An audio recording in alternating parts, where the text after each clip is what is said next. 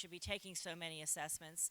And we don't want to throw the baby out with the bathwater. Yes, maybe we could scale down on some of the assessments that are being given, but it is very important that we do have assessments for students, because the assessments will help teachers to understand where the students are in order to individualize instruction to meet the needs of the students.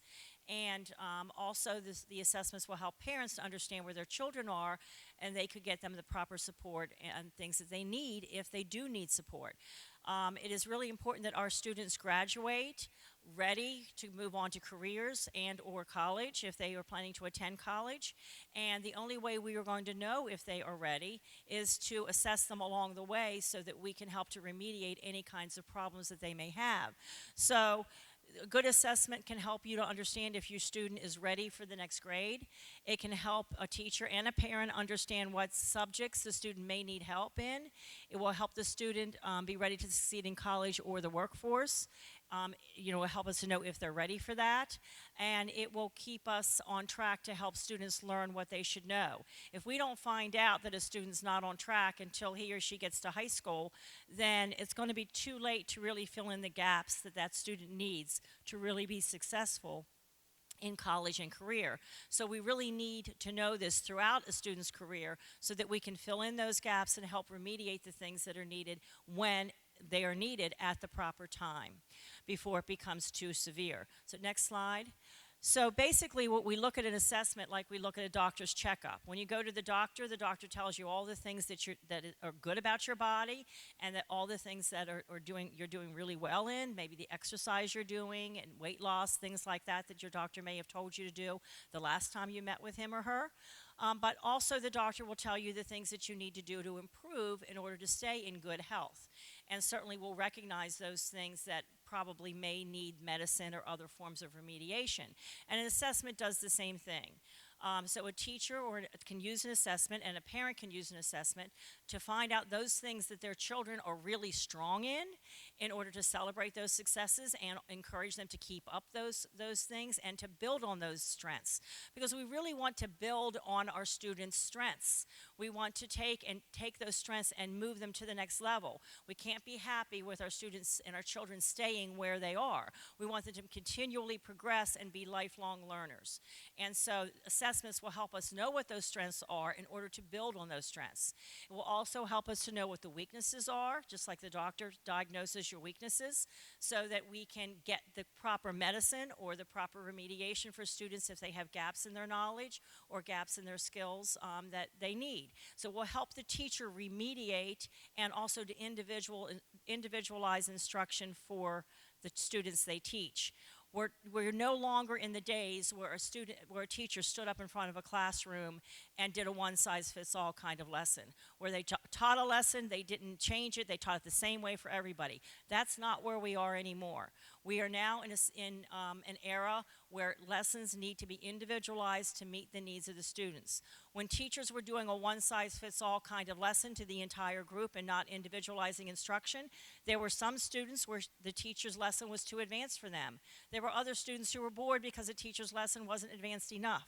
So we need to meet the students where they are, or they're not going to grow. They're not going to grow because they're bored, because the lesson is not where they need it to be, it's not advanced enough, or they're not going to grow because it's above the level where they are, and they can't understand that because they need some things to remediate and help to scaffold the gaps of knowledge before they can do that. So that's why it is so important to have assessments and to assess our students' skills and knowledge. Next slide, please.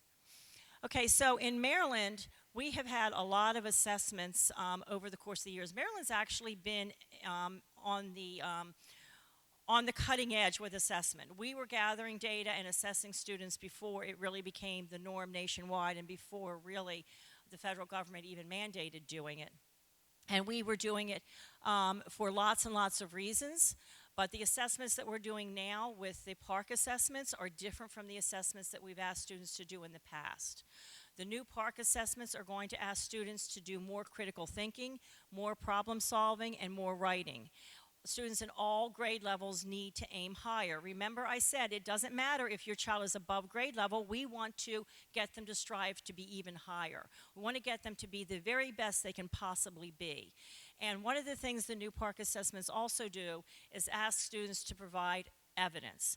They've never been asked to do that on state assessments in the past. Certainly teachers have asked students to do that in their classroom assessments, but that hasn't been done in state assessments. So these assessments actually more reflect what teachers do in the classroom than assessments ever have in the past. Next slide, please. Okay, so PARCC helps parents and teachers to understand if the student is meeting grade level expectations in English language arts and literacy. The English language arts literacy assessment doesn't just teach English language or doesn't just assess English language arts skills. It also assesses literacy skills in social studies, history, and science and technical subjects. The nonfiction text that is used in the English language arts literacy assessment is nonfiction text from science and social studies history. So that is very important that you understand that. However, don't think that because that nonfiction text is from history or social studies or science that we are assessing the history, social studies, or science content. We are not. What we are assessing in PARCC with literacy is whether a student can read and write proficiently in those content areas. And certainly technical subjects are important because a lot of our children are going to be moving into fields that require technical reading and technical writing. And even if students are not going to college, a lot of professions nowadays are computerized, and so they need to understand those technical pieces. So those are the kinds of things that are assessed in the English language arts and literacy assessment. So it's going to assess traditional English language arts types of knowledge and skills, but it's also going to assess literacy in history and social studies and science and technical subjects. Another thing that the new PARCC assessments are going to do is they're going to show us how the students are performing relative to their peers. You may have noticed on the school report that it did show a student score and it did show a student score as compared to other students in the district. And Jamie will go over the score report with you so you can understand where to find that information. So you really will know where your child is performing and where they're performing in relationship to other students. And it will tell us what the student's academic strengths and challenges are. You're going to have a lot more, a teacher especially, will have a lot more detail on the student's strengths and challenges so that the teacher can do what I said earlier, individualize instruction to meet that student's needs. And at home and in class, it will help students stay on track for success. It will help us to know what they're doing so they can stay on track for success. Next slide, please.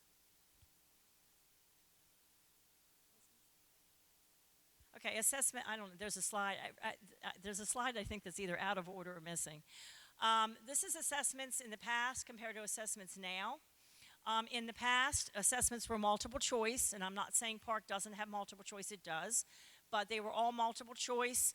They were memorization, they were information without any kind of context to anything. But now with the PARCC assessments, even if there's multiple choice, students still need to reflect on that and provide evidence for that multiple choice answer. So a student may give an answer on the PARCC assessment in a multiple choice era, and then the next question is going to have a part B to that part A, and it's going to say, what evidence, how do you know that that's the right answer? And the student will have to provide the evidence. So that is totally new. That's never been done in state assessments in the past. So students will have to read, write, and reflect. They will have to analyze, they will have to show results, and they will be looking at information in a real-world context. They will be using real, authentic literature in the English portion of the test. They will be using real, authentic, nonfiction articles from magazines and other things. That has never been done in assessments in the past. In the past, the reading that was in the assessment was actually written by test writers. They were written by companies who wrote tests. They weren't authentic text. They weren't authentic literature. They weren't authentic nonfiction. So students really weren't learning anything. With the PARCC assessment, they're going to learn just from reading the text, just from reading the literature and the nonfiction pieces in the test, because they are real informational text. They are real literature from the real world. And that is really important because that really will help students to master reading and writing in the real world. It won't be fake kinds of reading and writing that was done in assessments in the past. So that is very, very important. Next slide. Okay, this shows you the park administration from last year. So if your student took the park assessment last year, then your child was one of 5 million students who tested in over 12 states. These are the 12 states that were part of the park consortium in last year's administration of the assessment. So the ones in purple are the ones highlighted.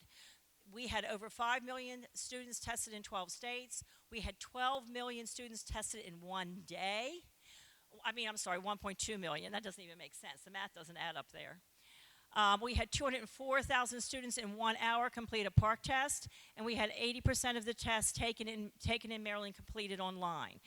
Schools, depending upon whether they had the technology to do the assessment online or on pen and pencil, had the option last year of choosing to do the assessment with the computer or do the assessment pen and pencil. And most of the schools in the state of Maryland chose to do it on the computer. And that is a real kudo to the districts in the state of Maryland, because they didn't have to do that. They could have said, no, we're going to do it the pen and pencil way. But if they had done it the pen and pencil way, they wouldn't have learned anything about whether or not they have the technology and the infrastructure to administer a computerized assessment.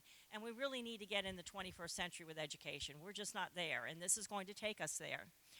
And this is astronomical. These numbers are amazing. Because we've never had states working together in the past and helping each other and learning from each other, we have never had these numbers of students taking the same assessment in one day. It's just amazing, and it's very exciting.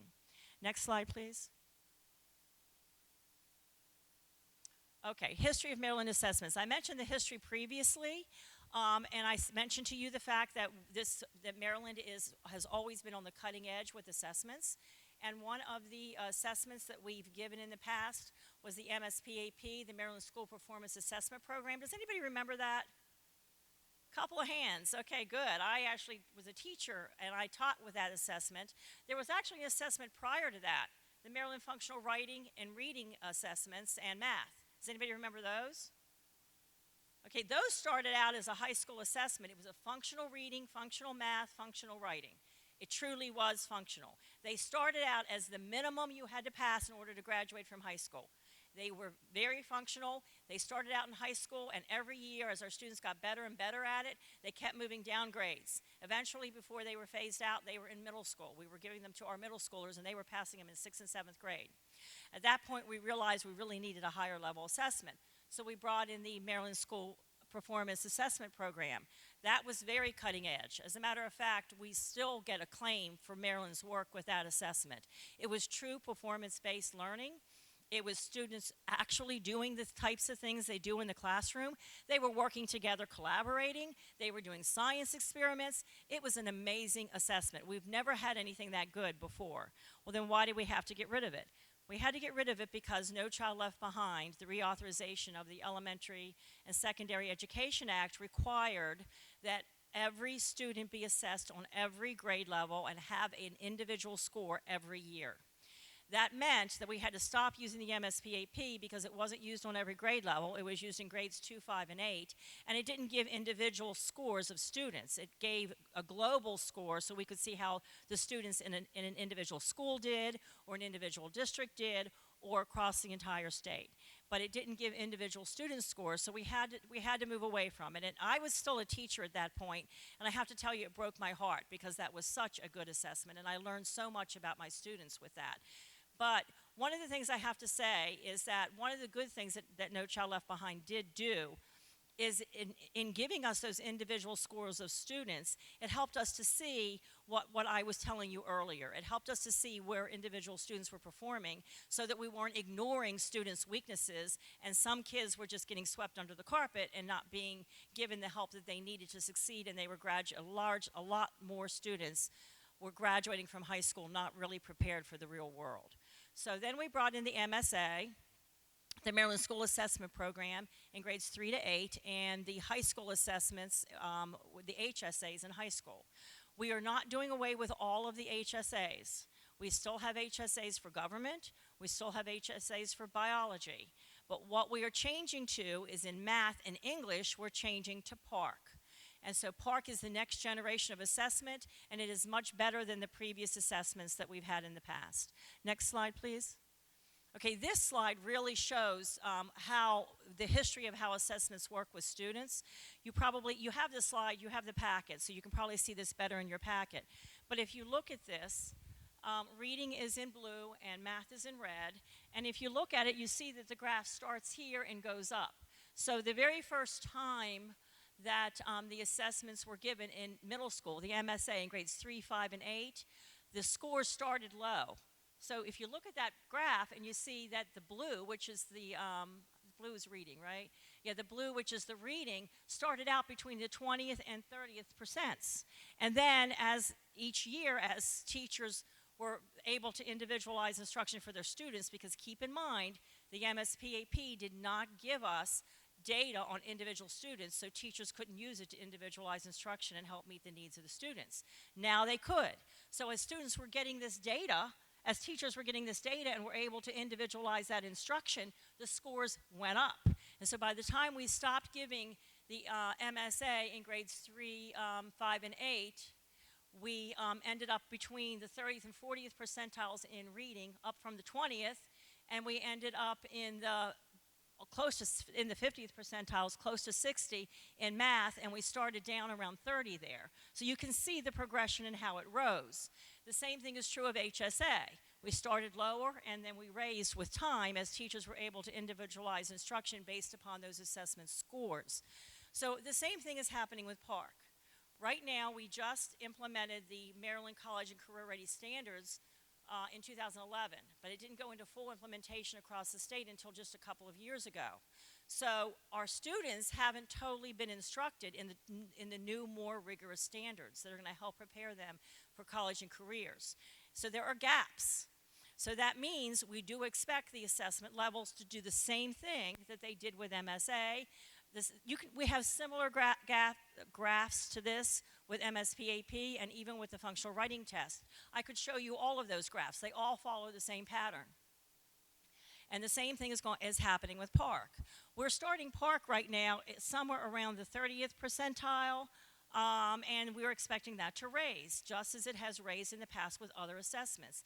As more and more students are receiving instruction in the new, more rigorous standards, those scores are going to go up. As teachers continue to individualize instruction for their students based upon the results of these scores, the scores are going to go up. So we're excited about this test. We really believe that this test is very important. It's important to teachers, it's important to parents, it's important to the state, and it's really important to your children because there are a lot of students who have been graduating nationwide, because this is a national movement to this higher, more rigorous standards. There are a lot of students who have been, hundreds of students even in this state, who graduate from high school and cannot go directly into a credit-bearing course in college. We have a lot of students, and you probably know a lot of them, some older siblings perhaps, who started college maybe in a community college and were not able to go into English 101 or Math 101. They had to start in a remedial course. They weren't even getting college credit for it. But they had to take the remedial course because they weren't really prepared for college. This assessment and our new, more rigorous standards are going to stop that, so that when your child graduates, he or she can actually go right into those credit-bearing courses and not have to take a remedial course that's costing you money and costing them time and delaying their college career and maybe even delaying their graduation. So that's really the ultimate goal. Next slide, please. Okay, this is the score report, and I'm going to turn this over to Jamie, who's going to share with you the information on the score report. You should have received this in the mail if your student took PARCC last year, if your child took PARCC last year, and Jamie will also share some resources with you. Hello. So, the score report, you probably received one for the English Language Arts assessment that your student took last year, and maybe one for a math assessment that your student took this year. So the score reports show the breakdown of both of those content areas. So on the score report, the top left-hand corner where you see a number 1, that's the level that your child received on the PARCC. The PARCC assessment has 5 different levels, 1 being the lowest level of below grade level expectations, 5 being exceeding the grade level expectations. So that level will tell you across that continuum of 1 to 5 where your child fell as far as their score for English language arts and math. The number 2 shows you the breakdown of the levels and the cutoff scores for each of those levels that before they move on to the higher level. And the number 3 shows you what Cecilia was talking about, comparing your child's score to the school that they attend, the district that they live in, the state as a whole, and the PARCC average. So that would mean any state that took the PARCC test, your student's score gets compared across any of those students that took that same test. Next slide, please. So on the bottom and the back of your report, there's some detailed information. Once you see the level that your child received, it will break that down even further and show you, for this one, this is our language arts, so it breaks it down into reading and writing. So it tells you specific scores that they got on the reading components on the PARCC test, as well as the writing components. The reading components are broken into 3 different sections. They're called units. There's a literary unit, there's a research unit, and there is a nonfiction informational unit. So your child receives scores on all 3 of those. So in those boxes where you see number 4 is where they fell along those continuums on those 3 units. The writing, at each of the end of those 3 units that I just let you know about, they received a score. They had to do a writing piece, one literary writing piece, which is usually they read 2 stories and they have to write a response to the story. A research-based piece where they might watch a video, they might read a research article, they might read a magazine article, and then write a response to it. And then they also do an informational piece where they might read 2 different articles and then compare. Or they might read an article and watch a video about that article or topic and compare. So they also receive scores on how well they did for writing. Down for number 5, it breaks it down into the texts themselves, how they did, and the writing pieces as well. Next slide.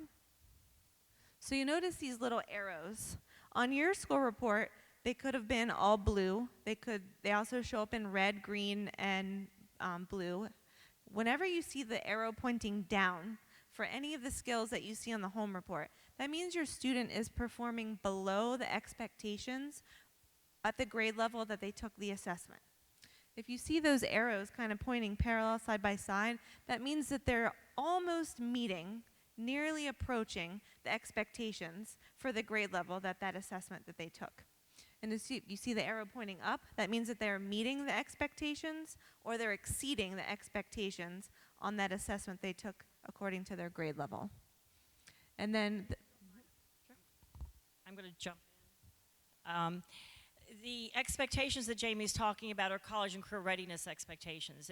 The assessment and the standards in Maryland are backwards mapped for college and career readiness. So they're backwards mapped from college. So if your child's in 3rd grade and has an upward arrow or an across arrow, it means they're on track for college and career readiness, that they don't have gaps in that area. So it's not necessarily graduation requirement because the Maryland State Board has not yet determined what the graduation requirement would be. But this is a college and career readiness assessment. So this report is based upon college and career readiness, not necessarily graduation readiness, if that makes sense. So this is a math report. So you can see the math is broken down a little bit differently. The English language arts is broken into reading and writing. The math is broken down into the major content areas that are on that assessment, as well as how they can express mathematical reasoning, so their problem-solving skills, and then how they can model or apply some of those skills in a writing piece. Next slide. So we talked about the levels. So you can kind of see a breakdown of the 1 is not meeting the expectations, the college and career expectations that Cecilia just mentioned. 3 would be approaching the expectations. So they're not quite there, but they're nearly there. They're almost there. And then the 5 would be exceeded. And then you could see 2 and 4 in between. Okay, next slide. So just a couple things that we wanted to point out. Just because your child received a low score on the PARCC does not mean they're failing to learn.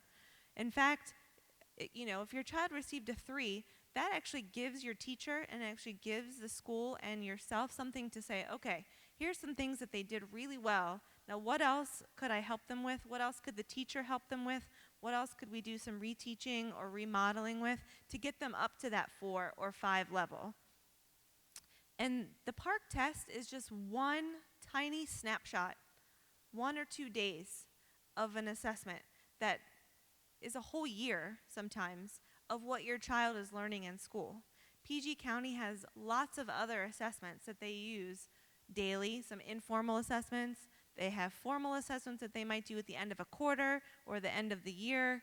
So the PARCC is just one piece of the puzzle that looks at how your student is doing in the course, or if it's an elementary or middle school throughout the year. One small snapshot of how they're doing on those standards.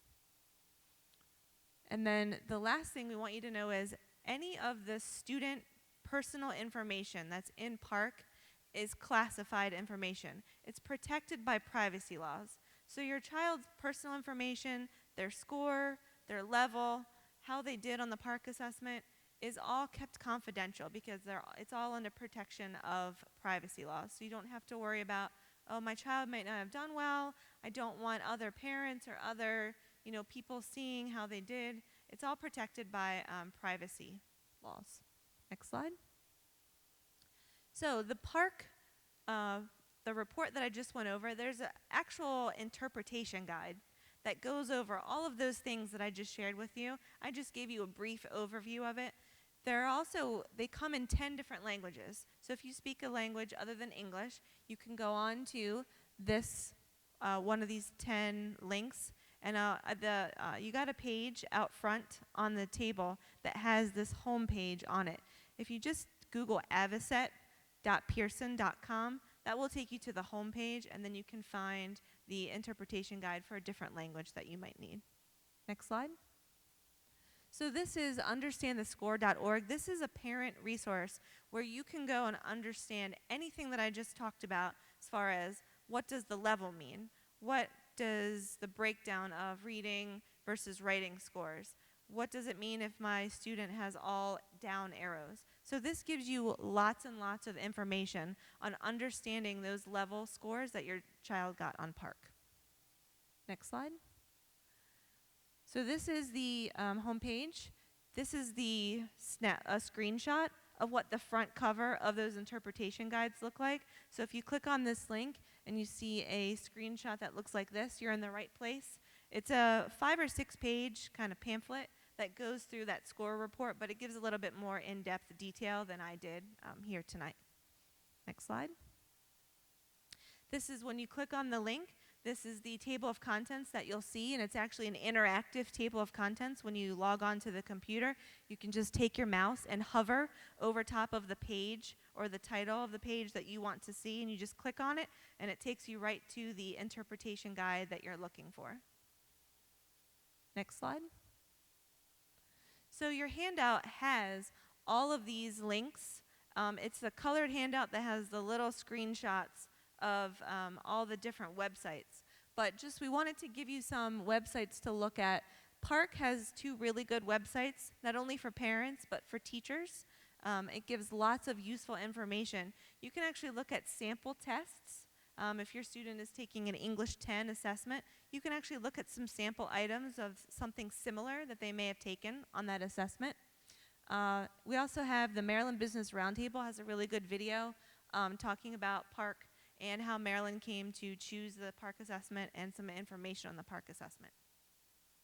Next slide. Great Kids Maryland is also a great resource for elementary, middle school, high school parents. If you have students in all of those grades, you can actually go on this website. It's free. It has thousands of online tools that you can use with your students. And the great thing is you can search by specific grade level and you can search by specific content area. So it breaks it down not only by the content area, English language arts, but you can drill all the way down to a specific grade level to get resources to help your child at home. Next slide. This is our main website for the Maryland State Department of Education, and we're currently in the process of revamping this site. So here soon, when you go to this homepage, it'll look completely new and renovated. But this is where you're going to find lots of links. There's an assessment tab on the homepage of the website that you can go to and find any of these resource links that we're sharing with you tonight are also available on the homepage of our Maryland State Department website. Next slide. We're also on social media, so feel free to follow us on Twitter. We have the @MD Public Schools. That is our generic Twitter handle, as well as Cecilia's office. The Professional Learning has their own Twitter handle, as well as other content areas at MSDE have lots of other Twitter handles that you can follow and get updates. We also, the general MD Public Schools likes to tweet out good things that happen. So you can get news feed for that if you follow that page as well. Okay, next slide. And our contact information, Cecilia, her email is there. Dr. Doug Strader is also the Director of Assessment for Maryland, and his contact information is there as well. Okay, last slide. Well, let's give them a big hand. I think they did a great job.